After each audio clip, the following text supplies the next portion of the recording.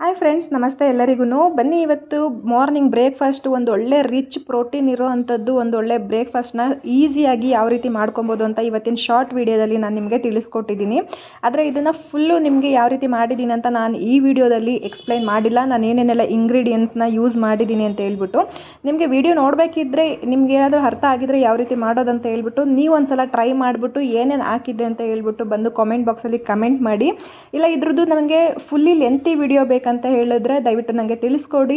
ನಾನು next lengthy ವಿಡಿಯೋನ ಇದು ಬ್ರೇಕ್ಫಾಸ್ಟ್ನ ಯಾವ ರೀತಿ ಮಾಡೋದಂತ ಹೇಳ್ಬಿಟ್ಟು ತಿಳಿಸ್ಕೊಡ್ತೀನಿ ನಿಮಗೆ. ಇದು ಬಟರ್ ಫ್ರೂಟ್ನ ಯೂಸ್ ಮಾಡಿ, ಎಗ್ನ ಯೂಸ್ ಮಾಡಿ ಮಾಡಿರೋಂಥ ಮಾರ್ನಿಂಗ್ ಬ್ರೇಕ್ಫಾಸ್ಟು ತುಂಬ ಅಂದರೆ ತುಂಬ ರುಚಿಯಾಗಿರುತ್ತೆ. ಮಕ್ಕಳಿಗಂತೂ ಹೇಳಿ ಮಾಡಿಸ್ದಂಗಿದೆ ಈ ಫುಡ್ಡು.